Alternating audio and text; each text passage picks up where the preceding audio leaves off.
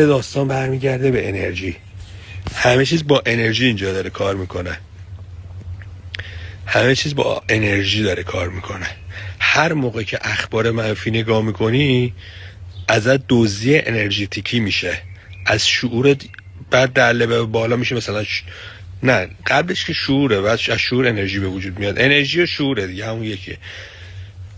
انرژی تو میدزدن در بعد، یعنی اینایی که این کارا دارن میکنن شما رو اسیر کردن، تو بعد فیزیکی کردی، شما توسط یک موجود هوشمندتر از خودت، چون هوشش از تو بالاتره دیگه، تو رو به دام انداخته اینجا، اسیرت کرده. زندگیت همش یه شکله، بی پول و فقیر موندی، چه بدونم 1000 تا مرض گرفتی، مشکل داری. یه موجود شعور بالاتر اون این آگاهی ها رو دسترسی داره، میدونه آقا انرژی رو باید خالی کنه. انرژی خالی شه یارو خالی میشه. انرژی تو خالی میکنه. یکی از روش‌های خالی کردن انرژی خبرهای منفیه.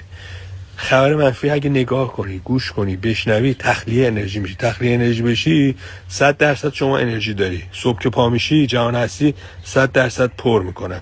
حتی ممکنه روزهای قبلش مثلا حالا انرژیات از روزهای قبل هم نگه داشته باشی، هی ظرفت و پیمونت و ساقی پر میکنه. چیزی میگه ساقی پر کن می و پیمانه ما رو. ساقی داره میگه انرژی رو پر میکنه دیگه.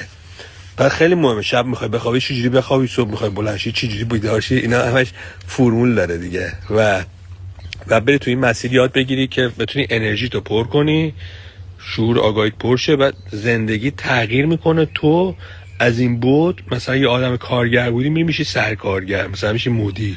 بعد از اینکه مدیر شدی همونجا یا میبینی خودت اون کاره رو مثلا زدی، بعد اون کاره رو زدی، بعد مثلا شعبه زدی داشت تو تمام که میبینی فرکانس در این حد میره بالاتر.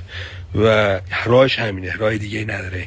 راهش اینه که همین کارا رو کنید، فرکانستون رو بیارید بالا، حالش رو ببرید.